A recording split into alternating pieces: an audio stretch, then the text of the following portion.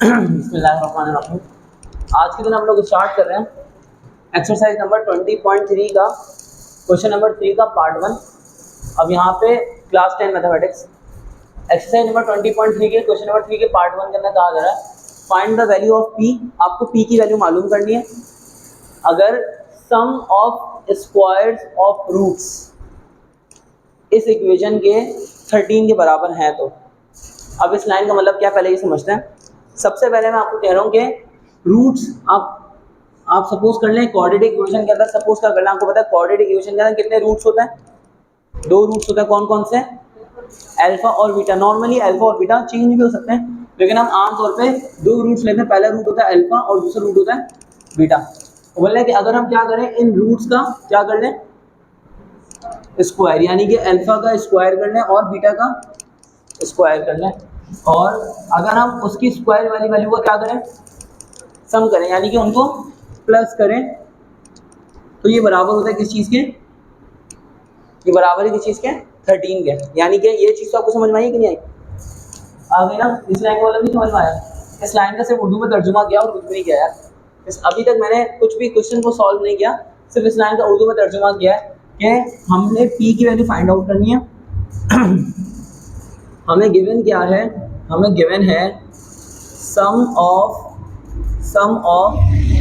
Squares of roots. Sum of squares of roots हो गए। अरे यार पहले मैं दरवाज़ा खोल दूँ। चलो अब हम क्या बोल रहे थे कि यहाँ पे हम सम ऑफ स्क्वायर्स ऑफ रूट्स कर रहे हैं, यानी कि हमारे पास इस क्वाड्रेटिक इक्वेशन के अंदर 2 रूट्स हैं। पहले रूट है अल्फा और दूसरा रूट है बीटा। तो हमने रूट्स का स्क्वायर किया, रूट हो गया अल्फा और दूसरा रूट हो गया बीटा, इसका स्क्वायर किया, अल्फा स्क्वायर हो गया, बीटा स्क्वायर हो गया, और हमने इनका सम किया, इनको ऐड किया। तो इसका आंसर वो बता रहे हैं कि sum of squares of root of this equation बराबर है किस चीज़ के? 13 का। हमें यहाँ तक ही पता है, इसके अलावा हमें कुछ भी नहीं पता। अब हमने पी की वैल्यू फाइंड आउट करनी है। हम कैसे करेंगे ज़रा देखते हैं। हमारे पास इक्वेशन है x square minus P x plus का 6 इक्वल्स टू 0। आप अगर देखेंगे तो यहाँ पर ए की वैल्यू क्या हो जाएगी? 1। बी की वैल्यू क्या हो जाएगी? -1 माइनस का पी। बी की वैल्यू हो गई माइनस का पी, और सी की वैल्यू क्या हो गई? 6। अगर हम कुछ चीज़ें पहले निकाल लें, जैसा कि मैं कहूँ कि सम ऑफ रूट निकाल लेते हैं। सम ऑफ रूट बराबर होता है किस चीज़ के? अल्फा प्लस बीटा के। और अल्फा प्लस बीटा निकालने का फॉर्मूला होता है माइनस का बी अपॉन ए। ये क्या हो जाएगा? माइनस अपनी जगह पे रहेगा, बी की जगह पे क्या आएगा?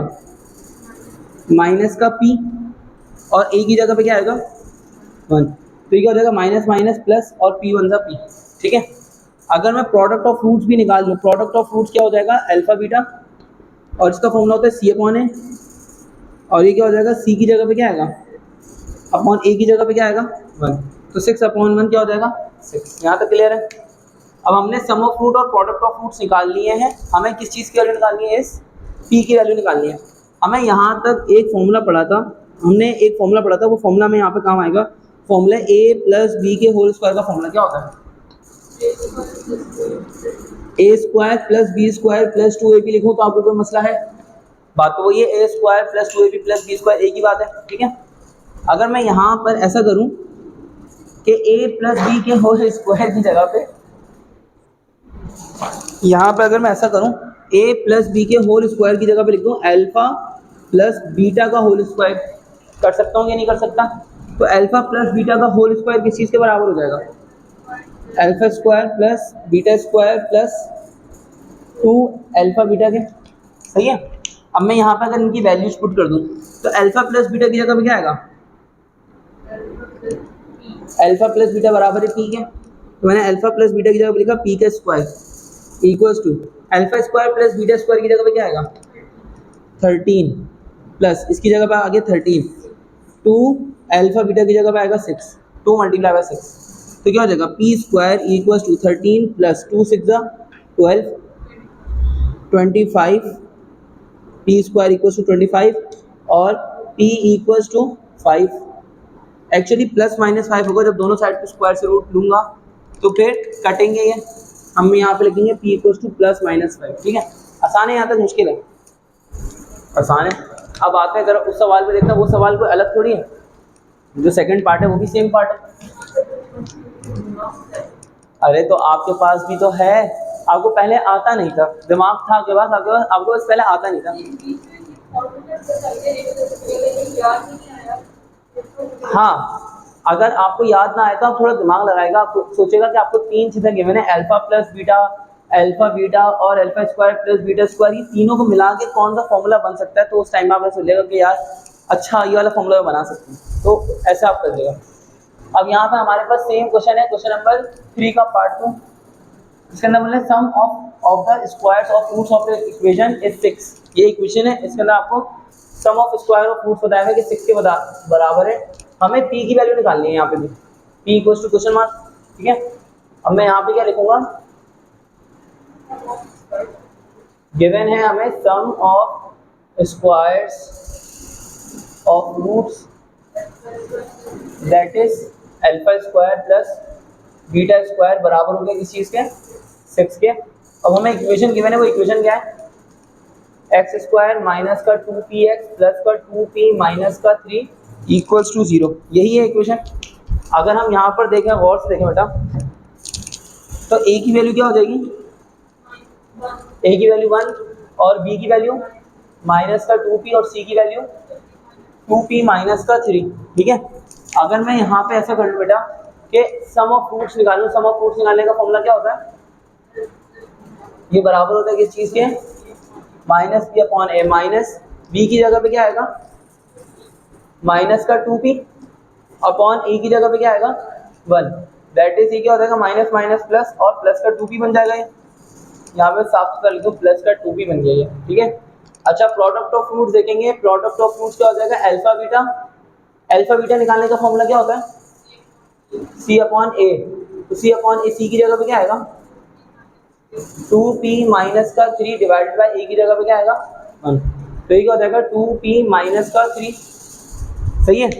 अब यहाँ पर क्या हो जाएगा formula, since x square minus sum of root, अरे मैं ये क्या लगाना शुरू किया, ये वाला फॉर्मूला तो अभी आपको पढ़ाया भी नहीं है।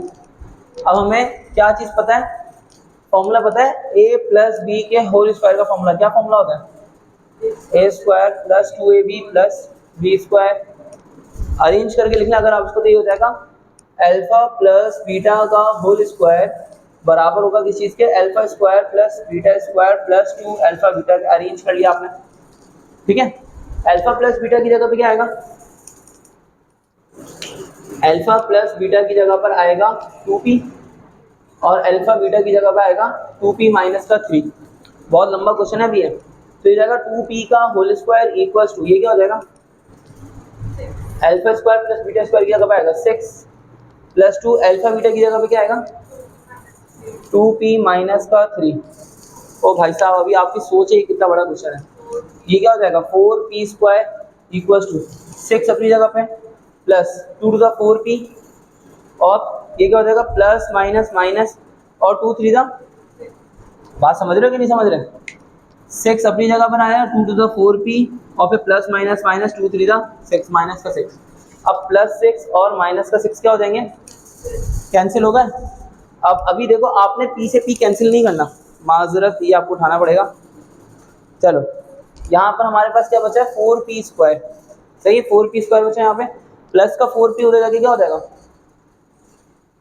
माइनस का 4p इक्वल्स टू किस तरफ क्या बचा 0। अभी देखो, अब यहाँ पे आएगा काम यहाँ पे क्या आएगा, देखो यहाँ से कुछ कॉमन निकल रहा है, 4 कॉमन निकल रहा है और p कॉमन निकल रहा है, तो मैंने आपको बोला 4 कॉमन निकल रहा है और p कॉमन निकल रहा है, वो कॉमन निकाल लिया। अब ब्रैकेट में क्या बचेगा p माइनस 1 इक्वल्स टू 0। अब ये एक अलग ब्रैकेट बन गया और ये अलग ब्रैकेट बन गया, आपने इसको दोनों को किससे इक्वेट करवाना है 0 से, तो क्या बोलोगे इधर और इधर बोलोगे 4p, या तो 4p बराबर है किस चीज़ के 0 के, ये क्या हो जाएगा p इक्वल्स टू 4 मल्टीप्लाई 0 से आगे डिवाइड होगा और p इक्वल्स टू क्या हो जाएगा 0/4 0, सही, या तो p 0 के बराबर है या फिर आप क्या कहोगे और p माइनस 1 किस चीज़ के बराबर है 0 के, तो क्या हो जाएगा p इक्वल्स टू 1। तो तो आप यहाँ पर ये दूसरा डब्बा बना दो, सोल्यूशन सेट लिख दो, सोल्यूशन सेट पी की वैल्यू या तो 0 है या तो 1 है, ये दोनों पॉसिबिलिटीज हैं, ये हमारा आंसर है। ये लंबा नहीं है, अच्छा आसान है मतलब, अरे डरा रहा था यार आपको यार। चले ओके, अल्लाह हाफिज़।